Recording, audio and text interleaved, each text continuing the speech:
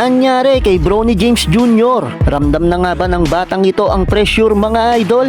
Gayong sa hindi kagandahang laro niya dito sa NBA sa nagdaang mga laban ng Lakers sa preseason game. Sa kanyang debut game kontra Minnesota ay nagtala siya ng 2 points, 1 rebounds, 1 assist at may 3 blocks. Given na first game pa lang niya ito na naglaro sa liga. Sa kanyang ikalawang laro naman kalaban nila ang Phoenix Suns ay wala din siyang naitalang puntos sa loob ng 13 minutes niya sa loob ng court. Nakapagtala pa siya ng 4 na turnover at kitang-kitang pag-struggle nitong si Bronny mga idol. Kahapon naman kontra Milwaukee Bucks, same result pa rin para kay Bronny James kung saan ay nabokya na talaga ang anak ni LBJ sa loob ng 6 minutes. Wala man lang naipasok si Bronny sa kanyang mga binitawan. Well, nagkamali nga ba ang Lakers na i-drop ng maaga itong si Bronny James mga idol?